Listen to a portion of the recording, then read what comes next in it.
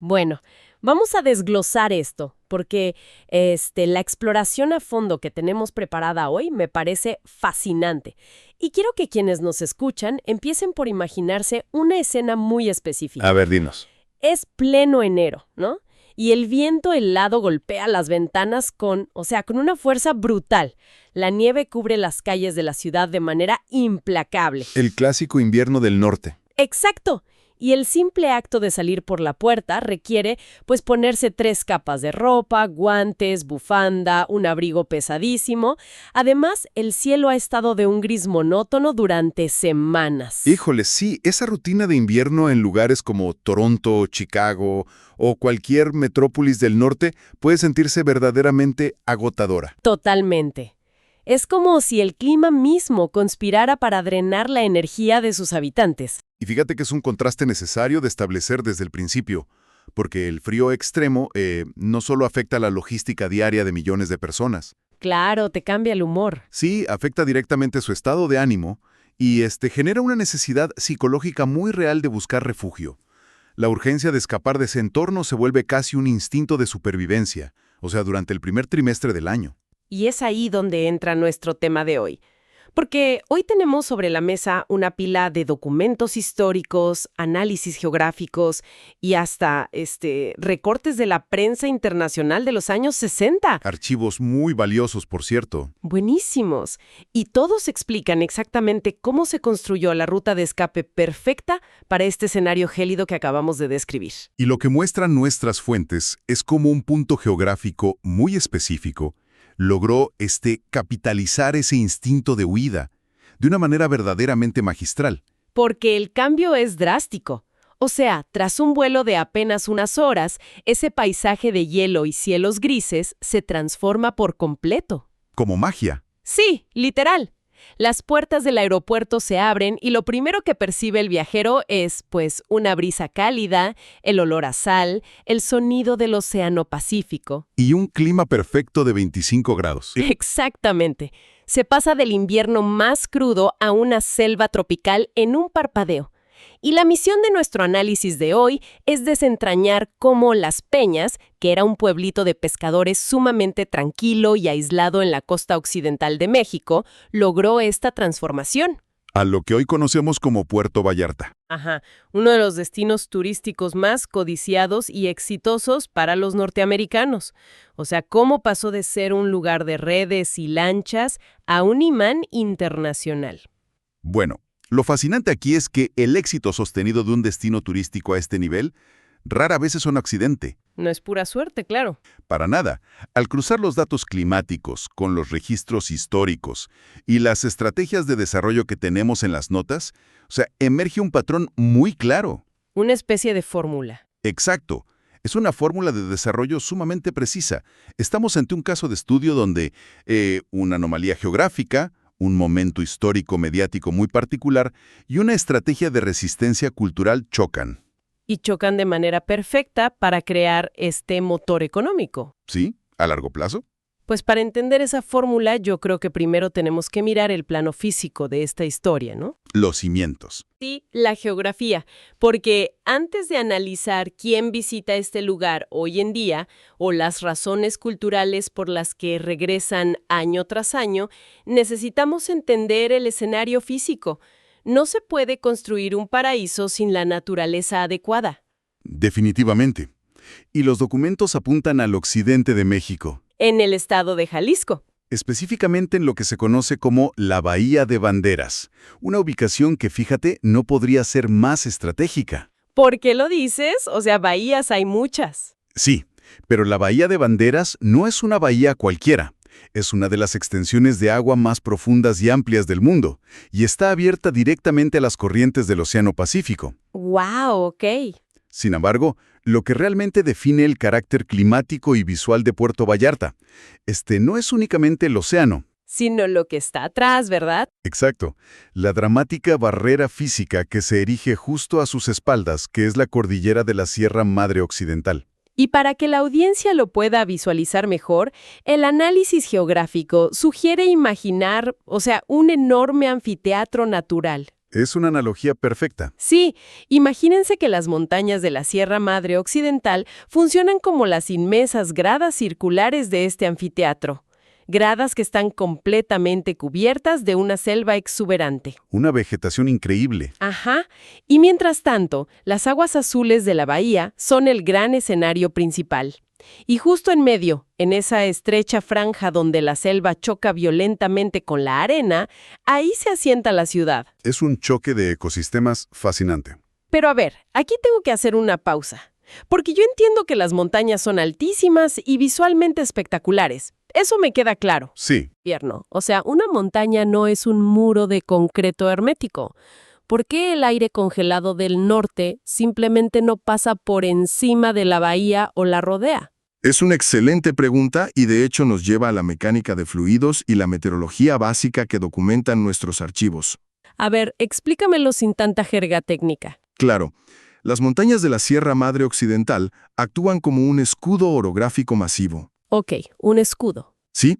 O sea, cuando las masas de aire polar continental, que sabemos que son densas y muy frías, descienden desde Norteamérica, chocan directamente contra esta cordillera. Y como son tan pesadas, no pueden subir. Al intentar elevarse para superar esos picos que rebasan los 2000 metros de altura, estas masas de aire pierden su fuerza, simplemente se desvían. Ah, qué interesante. Pero fíjate, la magia real ocurre por la combinación con la bahía.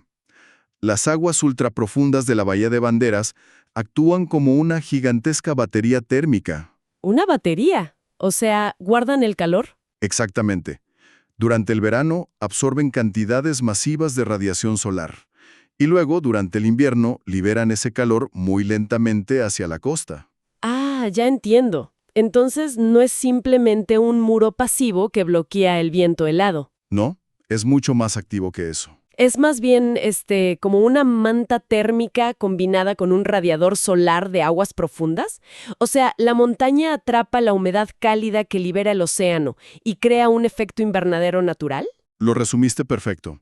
Y eso explica por qué, cuando millones de personas revisan el clima en sus teléfonos a mitad de enero, rodeados de nieve, Ven que en este rincón específico de Jalisco, los 25 grados están prácticamente garantizados. precisamente, se convierte en un refugio predecible. Y tienes que pensar que en la industria del turismo, la previsibilidad climática es uno de los activos más valiosos. Nadie quiere pagar un vuelo para ir a congelarse a la playa, claro. Nadie. Sin embargo, revisando las notas, aquí hay un hueco en la historia que necesitamos llenar.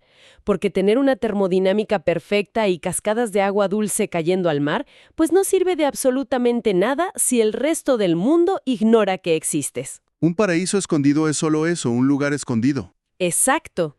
Y las fuentes nos relatan que, antes de los años 60, este lugar ni siquiera se llamaba Puerto Vallarta de manera oficial en la mente de nadie. Era Las Peñas. Un nombre que casi nadie conocía. Era un poblado de lanchas, calles de tierra, redes de pesca secándose al sol, o sea, una vida local súper pacífica y desconectada de las carreteras principales. tenía un nivel de aislamiento profundo. De hecho, era accesible casi exclusivamente por vías marítimas o, si tenía suerte, en pequeñas avionetas. Entonces, ¿cómo logras ese salto? Para pasar de ese anonimato total a convertirse en un gigante turístico, se requirió un catalizador externo. Como decíamos, la geografía sentó las bases, pero la historia proporcionó la chispa. Y esa chispa llega en el año 1963. Aquí es donde la cosa se pone realmente interesante, porque 1963 marca la llegada de Hollywood. Un evento que cambió todo. El legendario director John Huston decidió que la jungla indomable de esta región era, el escenario perfecto para su nueva película, La Noche de la Iguana. Y no vino solo. Para nada. Con él llegaron las estrellas más grandes y rutilantes de la época. Estamos hablando de Richard Burton y Elizabeth Taylor. Figuras icónicas. Y su romance extramarital y súper secreto fue, en esencia, el mayor escándalo de toda la década.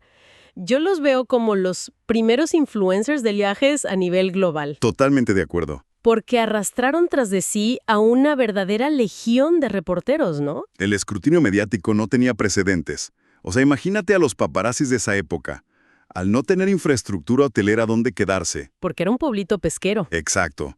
Tuvieron que acampar en la playa, sobornar a los pescadores locales para usar sus lanchas e incluso trepar por la selva llena de insectos. ¡Qué locura! Todo eso solo para conseguir una fotografía borrosa de la pareja.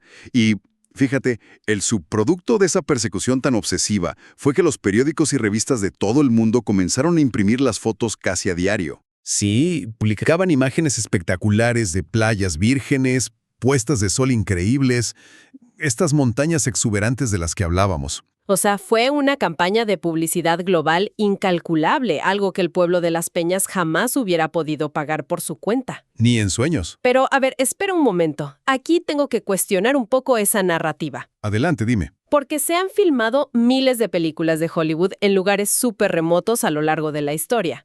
Con estrellas enormes también. ¿Es verdad? Y la gran mayoría de esos lugares siguen siendo igual de remotos hoy en día. O sea, Hollywood produce películas, no vierte cemento, ¿sabes? Un equipo de filmación no trae consigo ingenieros civiles para trazar carreteras. Buen punto. Entonces, ¿cuál es el mecanismo exacto que transformó a un grupo de actores perseguidos por fotógrafos en el complejo ecosistema de infraestructura masiva que tenemos hoy? Es un punto fundamental. Y la respuesta está en quién estaba leyendo esas revistas que mostraban las fotos de Elizabeth Taylor. Inversionistas. Exacto. La exposición mediática constante no solo atrajo a personas curiosas, puso el destino en el radar del capital de inversión y, de manera muy crucial, del gobierno federal mexicano. Ah, claro, vieron una oportunidad. Las autoridades y los desarrolladores privados vieron que existía una demanda latente masiva generada por el escándalo de Hollywood. Pero, y esto es clave, había cero oferta para satisfacerla. No había camas, no había vuelos. O sea, la presión por capitalizar esa fama global fue lo que desencadenó las decisiones políticas. Totalmente. Esa publicidad gratuita forzó al gobierno a invertir en la modernización del pequeño aeródromo. Lo transformaron en un aeropuerto internacional. Así es, y también a trazar las carreteras que finalmente conectaron a la región con el resto del país de manera eficiente. En resumen, la película fue el anuncio comercial, pero la avaricia económica y la visión gubernamental fueron las que construyeron la infraestructura. Eso tiene muchísimo más sentido. O sea, no fue la claqueta de cine lo que construyó las pistas de aterrizaje, sino el hambre de capturar todos esos dólares internacionales. Exactamente. Ese salto cuántico explica muy bien el estallido inicial de los años 60 y 70.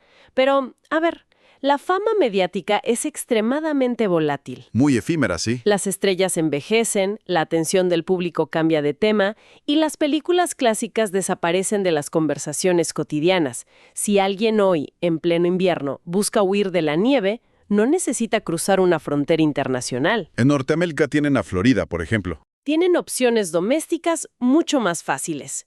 Entonces, ¿por qué la fidelidad a Puerto Vallarta no solo se mantuvo desde los 60s, sino que ha crecido a lo largo de las décadas? Para entender esa longevidad, debemos analizar lo que las notas de investigación definen como los componentes de la fidelidad estructural. A ver, suena complejo. No tanto, fíjate. Una cosa es atraer visitantes una vez en la vida por pura curiosidad histórica, ¿no? Y otra muy distinta es convencerlos de que regresen sistemáticamente año con año. El primer componente, y quizá el más pragmático, es la logística pura y dura. ¿Te refieres a los vuelos? Sí, la fricción de viaje hacia Puerto Vallarta es sorprendentemente baja para sus mercados clave. Y las rutas de conectividad aérea que muestran los datos son fascinantes. O sea, desde centros urbanos masivos de Canadá o ciudades estadounidenses como Los Ángeles, Phoenix o Houston, los tiempos de vuelo rondan un promedio de 3 o 4 horas. Es un vuelo cortísimo. Para ponerlo en perspectiva para la audiencia, 3 horas es lo que uno fácilmente podría pasar atrapado en el tráfico intentando simplemente cruzar una de esas mismas metrópolis. Totalmente. Abordar un vuelo directo y estar pisando suelo tropical antes de la hora del almuerzo, pues elimina casi por completo la fatiga del viaje internacional. Y esa reducción drástica de la fricción logística amplifica el impacto del escape climático que mencionamos antes, del escudo orográfico. Es la capitalización definitiva de esa batería térmica natural. Haces el viaje súper fácil y el clima es perfecto. Exacto. Pero el factor diferencial, o sea, la razón real por la que los visitantes eligen este destino por encima de alternativas que les quedan geográficamente más cerca en el Caribe o en su propio país, radica en un contraste cultural muy específico. Estamos hablando del famoso toque mexicano. Así es, la hospitalidad y la cultura. Sin embargo, me pregunto algo al respecto de esto, revisando las notas de desarrollo urbano. A ver, Cuando fluyen millones de dólares y llegan enormes corporaciones hoteleras a un pueblo costero, la inercia natural del mercado es demoler. O sea, demoler las estructuras antiguas y levantar megatorres genéricas que parezcan, no sé, intercambiables con cualquier otro resort de lujo en el mundo. Es lo que pasa casi siempre, sí. Entonces, ¿cómo es que los documentos destacan constantemente que el centro de Puerto Vallarta mantiene calles empedradas, techos de teja roja y una arquitectura tradicional? ¿Acaso, no sé, las grandes cadenas hoteleras decidieron por bondad no construir sobre el casco histórico? Definitivamente no fue por bondad corporativa. El mercado no funciona así. Entonces, ¿qué los detuvo? Fue el resultado de un choque. Un choque entre el desarrollo masivo y unas regulaciones de zonificación urbana bastante particulares, sumado a una fuerte resistencia de la comunidad local. La gente defendió su pueblo. Exactamente. A medida que el dinero fluía en los años 70 y 80, se tomó una decisión crucial de planificación urbana. Decidieron empujar la construcción de los masivos complejos hoteleros hacia zonas periféricas de la bahía. Como la zona de Marina Vallarta, ¿no? Sí, la Marina, o más tarde incluso más hacia el norte, hacia el Nuevo Vallarta, que ya está en el estado vecino de Nayarit. Ok, entonces concentraron los grandes edificios lejos del centro original. Así es. Y esto dejó al núcleo original, lo que hoy se conoce como la zona romántica y el centro histórico, protegido.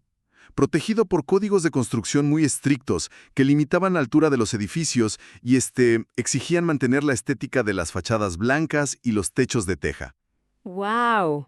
Es una decisión brillante que, viéndolo en retrospectiva, literalmente salvó el alma de la ciudad. Le dio su identidad a largo plazo. Y se nota muchísimo al caminar por lugares emblemáticos como el Malecón, que es este paseo marítimo que funge como la arteria principal del lugar. O sea, no es simplemente una banqueta de concreto frente al mar. No, tiene muchísima vida. Es un espacio donde convergen de forma muy natural el comercio local, el arte público con todas estas esculturas increíbles, los atardeceres de tonos naranjas y rosas, y la vida cotidiana de los residentes. Y esa convivencia auténtica es clave. Evita que el destino se sienta como como un parque temático plástico que fue diseñado exclusivamente para extraerle dinero al turista. Totalmente. Se siente como un pueblo real. ¿Sí? Y esa integración comunitaria se filtra hasta en los niveles más básicos de la interacción diaria, incluyendo cosas como la gastronomía callejera. Nuestras notas de investigación resaltan que el apego emocional de los visitantes gringos y canadienses muchas veces se cimentan en estas interacciones locales. Lejos de los restaurantes de manteles blancos dentro de los hoteles todo incluido. Exacto, en la calle. Y las notas documentan ejemplos fantásticos de esto, como la curiosidad de este platillo súper famoso ahí, el pescado embarazado. O sea, te confieso que cuando leí ese término por primera vez en la documentación, la imagen mental que se formó en mi cabeza fue absurdamente cómica. Sí, suena loquísimo si no sabes qué es. Claro, pero en realidad es una muestra del ingenio y el sentido del humor local padrísimo. No se trata de un pez que estaba esperando familia, ni nada por el estilo. No, para nada. Es un juego de palabras. Exacto, es un juego de palabras fonético para describir un pescado en vara asado. O sea, trozos de pescado marinados y asados al carbón que están ensartados en una vara de madera. En vara asado. Embarazado. Es buenísimo. Y aunque parece un detalle lingüístico o un chiste menor, ilustra un punto muy profundo sobre la autenticidad del destino. Porque ese ingenio callejero, esa chispa, no puede ser empaquetada ni replicada por una junta directiva en una sede corporativa. No puedes inventar eso en una sala de juntas. Para nada. Refleja a personas reales compartiendo una cultura viva con quienes los visitan. Y fíjate que esto plantea una pregunta muy importante al observar el modelo de Puerto Vallarta a gran escala. Porque parece que ha logrado mantener un acto de malabarismo extremadamente precario. Un equilibrio muy fino. Sí. Por un lado, te ofrece toda la infraestructura pesada, la red de hospitales privados, el Internet de alta velocidad y la comodidad logística que exige el turista internacional moderno. Y todo envuelto en el clima perfecto de la bahía. La comodidad del primer mundo en el trópico. Ajá. pero al mismo tiempo requiere caminar sobre adoquines irregulares y convivir con la idiosincrasia de un pueblo mexicano tradicional. Es una fricción constante, ¿no crees? Entre el avance implacable del turismo masivo y la preservación obstinada de su propia identidad histórica. Y es precisamente esa fricción la que genera valor económico, por muy irónico que suene. O sea, si las autoridades decidieran eliminar las calles empedradas para agilizar el tráfico de autobuses, o si demolieran el centro histórico para construir más habitaciones con vista al mar, destruirían el producto principal que están vendiendo. Matarían a la gallina de los huevos de oro. Básicamente, es un ecosistema económico frágil donde la imperfección y la autenticidad son, paradójicamente, los bienes más lucrativos de la ciudad. Entonces, ¿qué significa todo esto a fin de cuentas? Si conectamos todas las piezas de evidencia que hemos analizado hoy, el ascenso de este destino deja de parecer mágico para revelarse como una maquinaria fascinante y muy bien engrasada. Un modelo complejo. Sí. Todo comienza con la física pura, o sea, el colosal escudo montañoso de la Sierra Madre y el abismo térmico de la Bahía de Banderas, creando un clima a prueba de inviernos gélidos. Ese es el paso 1. Luego pasamos al accidente histórico de 1963, donde un escandaloso romance de Hollywood actuó como un faro masivo que expuso la zona al capital global. Lo cual, obligó a construir los caminos y aeropuertos para poder llegar a ella. La infraestructura. Y finalmente la política urbana y social de preservar la estética y la cultura del pueblo, obligando a los mega resorts a mantenerse alejados en la periferia. Lo que permite conservar la identidad. Exacto, lo que permite que una experiencia humana genuina, coronada por, atardeceres increíbles y platillos ingeniosos asados en una vara, prospere a solo un corto vuelo de 3 horas desde la nieve de Canadá o Estados Unidos. Y es un modelo formidable, sin duda.